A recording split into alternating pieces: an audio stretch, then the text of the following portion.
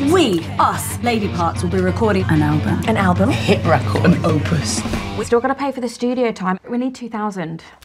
No, shillings. We're recording this album. I am so excited to meet you guys. I adore this show so much. It was such a boon for me over the pandemic, and coming back to this new season has been such a joy, you know, amidst everything that's been happening in the world. So I just wanted to let you guys know that this show means a lot to me as somebody who loves music and uses it as a way to communicate with other people. It was exactly the same for us. Just know that. It was such a joy to return and get to be together again and get to make this show again with all its beauty and heart and love and craziness. Like, yeah, it means the same. Obviously, music is, you know, an integral part of this show, and especially for your characters. For Syra, it's Sister Squire, and for Amina, it's country singers like Don McLean. So I know both of you are musical outside of this show. So are there any singers, group songs that mean something as personal to you as those singers are for them? I mean, so many. But also what I love is that I think Amina and I share some very similar musical interests. Like, you know, Dolly Parton is a big one. A lot of like songwriters like Townes Van Zandt, Gillian Welch, and Pete Seeger, all of them. And like some of them, I wanted to make sure they were on Amina's wall because I wanted a little bit of my you know, heroes up there as well. So Pete Seeger is one of them, and Joan Baez. You know, I want Amina to play the guitar really high up because that's how she played her acoustic guitar, and it's still how she plays her punk guitar, because I don't want her to feel like she suddenly just became this cool person who can like rock out. Like she's has to punk out in Amina's way, and it's a very sort of folky, nerdy guitar high up kind of way. So that's kind of maybe where I put in my sort of own personal love of music into her as well. I've always had a really eclectic taste, but definitely I was introduced to so many new people playing Syra. Like X-Ray Specs became like my obsession. Yes. But I have to say, through the show, it's actually the actors who are musicians as well. Mm-hmm. Anjana's, I play her vinyl all the time. Oh. Juliet's gigs, I'm at every one of her gigs, like listening to Faith sing. It's just so incredible, the actual musicians that these sensational women are. So yeah, they're my new heroes and idols. You mentioned X-Ray Specs. I chose not to put that vinyl up here today, but I am obsessed with Polystyrene. That was like but in terms of other punk music coming into this show, was there anything you were introduced to or Nida Manzoor maybe guided you towards and said, okay, well, this is the sound that we're going for, so look at these bands, these women? It wasn't that specific, actually. We talked around examples, but it was more about finding our unique qualities as this new band from our kind of experiences growing up and our circumstances. And it's so nice, I feel like, going into the second series, because the influence that Amina has had on the writing style and musical element, is beautiful and so different from the first. Yeah, like Malala Made Me Do It. It's got such a kind of, we wouldn't write a song like that if Amina hadn't been part of the band. And I think Nida was very sort of careful about making sure that we didn't end up sort of doing too much like mimicry or copying of other bands. And she wanted it to feel like a band that like existed in its own universe as well. So that was also very important for her in terms of the aesthetic and the style. Yeah, because this show does feel very DIY in that sense that, you know, a lot of punk bands are. But I wanted to go back to Malala Made Me Do It because I think that's maybe my favorite scene this season, because it's I don't want to say goofy, but it's so tenderhearted and so like honest. And I just have to know what working with Malala was like, because when, you know, you get the PR and they say, oh, she's going to be in the season, you expect something. And no, she's just sitting on a horse. Like it's so perfect for this show. Yeah, it became a proper day. You know, it was on the schedule. We knew it was coming up. And just the energy around that day was so special, knowing that this icon was coming in and getting to actually be on set with her and then realizing, like everyone else, she is a human being who is nervous doing something different and excited to meet new people and just talk about really usual subjects. It was incredible. Our producer put on a suit, and he didn't have a suit for any of our scenes.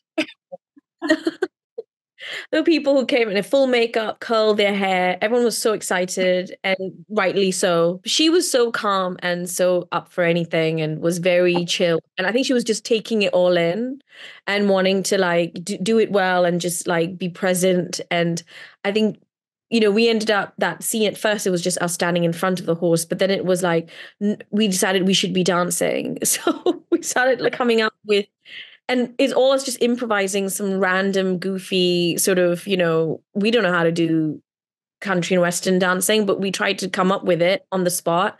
And I think she was just watching us like, we are so stupid and silly. And I think she found us very amusing. So I could feel, I felt her chuckling on that horse while we were running around being a bit stupid. But I think she had a nice time. Good. I'm glad. And you also had another big guest star this season. Sarah, you got to work quite closely with Mira Sayal, who I love personally. So what was that experience like? I love her so much and have watched her since I was small. So I was having a real like idol moment. Like that scene, I really don't have to act because she is Syra's idol as well as mine. But it was amazing to hear of her experiences, and having never been on a set that was kind of as diverse and supporting and open and like female led. She was saying the energy was just like incomparable. And yeah, but all the like the goofy things that you have with everyone, like in between takes, we would just be singing. And I just had, out of body experience where you have to check yourself and go, this is actually happening. Wow. Just stop, pinpoint this moment. Yeah. So it was, yeah. She is incredible. You also get what I would say is sort of the most intense scene of this season towards the end in the recording studio. And you get, I don't want to spoil anything, but you do get thrown about quite a bit. And that's obviously much different from anything else that Syra has experienced up to this point. So what was that process like, getting tossed around a recording studio, for lack of a better word? Yeah, it was actually a really great day. I know it's a really deep and meaningful subject, but I think there's something within the words becoming something physical that make them so much more apparent with their effect.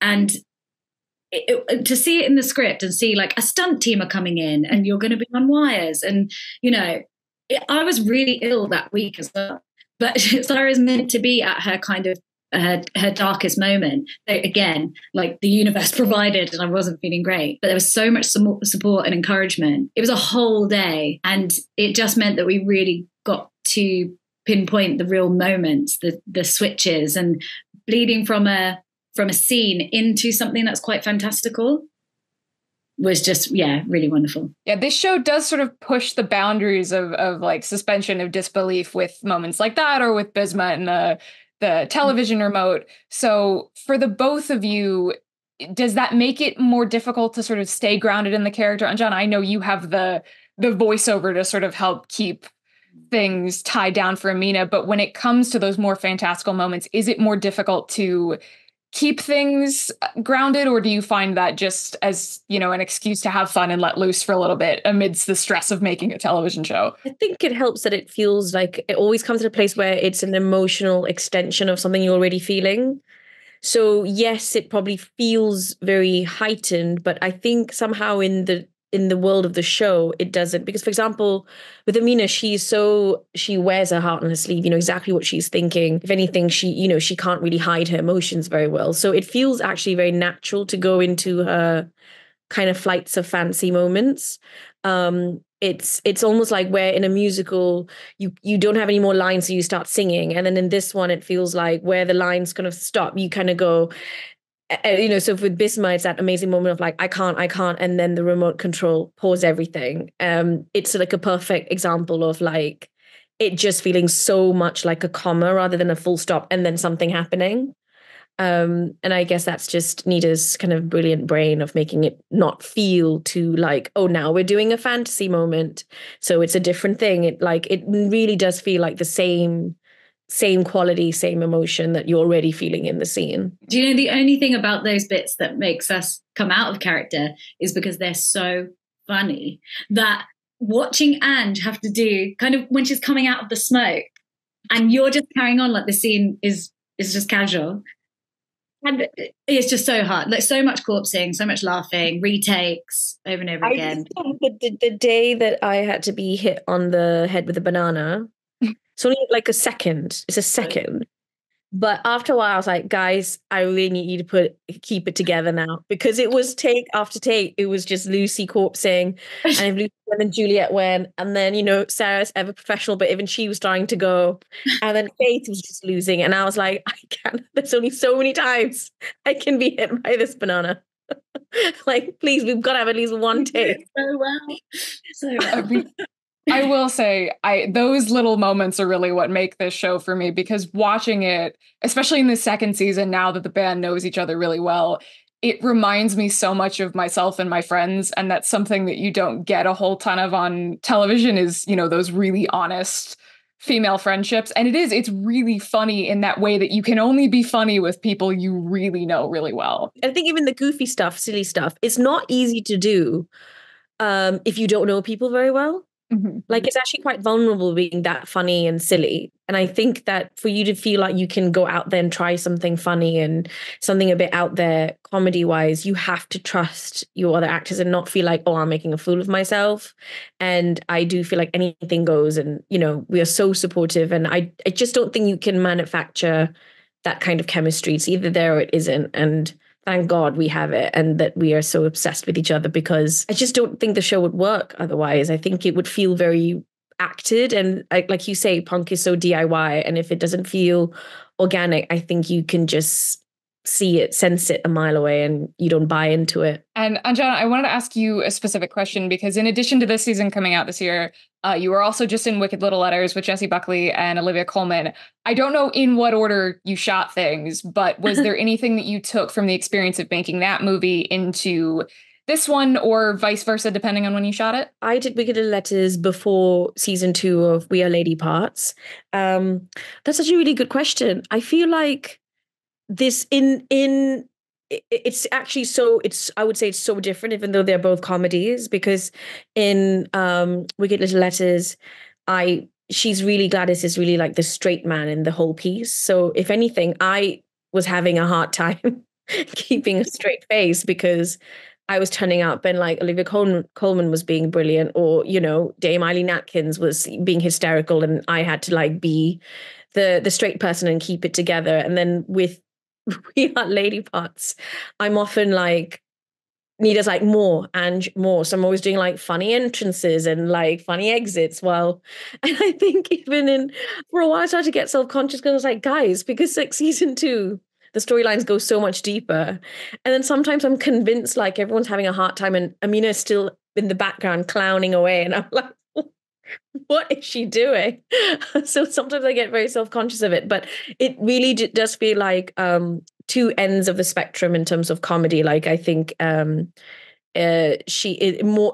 is more with Amina. Nida's always like, no, just amp it up. And I think with Gladys, it's like the complete opposite. Awesome. Well, thank you both so much for talking with me today, and congratulations on an absolutely wonderful season.